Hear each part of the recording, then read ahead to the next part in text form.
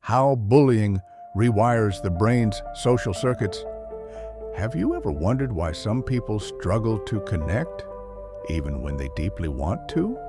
Or why empathy sometimes shuts down after emotional pain? Science shows it's not coldness, it's wiring.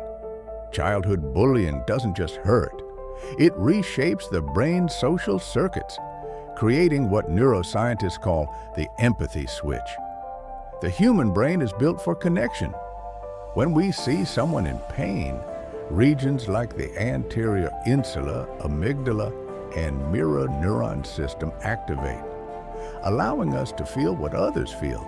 But what happens when pain and rejection become routine? The brain adapts, not by feeling more, but by feeling less. This is the brain's survival mechanism, emotional numbing. Research from UCLA and the University of Zurich found that people exposed to chronic bullying show reduced activation in empathy-related regions and heightened threat responses. The social brain starts to associate vulnerability with danger. So instead of connecting, the person withdraws, a form of protective detachment. Their empathy switch doesn't break. It just flips off to prevent pain.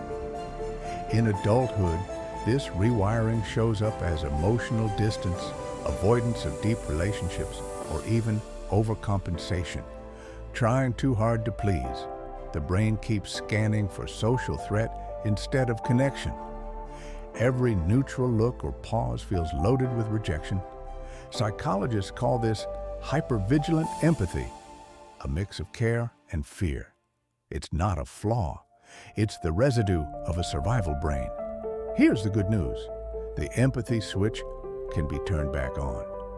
Neuroplasticity studies show that compassion training, mindfulness, and safe relationships can rewire the same circuits once numbed by trauma. Practices that increase oxytocin and prefrontal regulation rebuild trust and connection. Empathy isn't lost. It's just waiting for safety to return.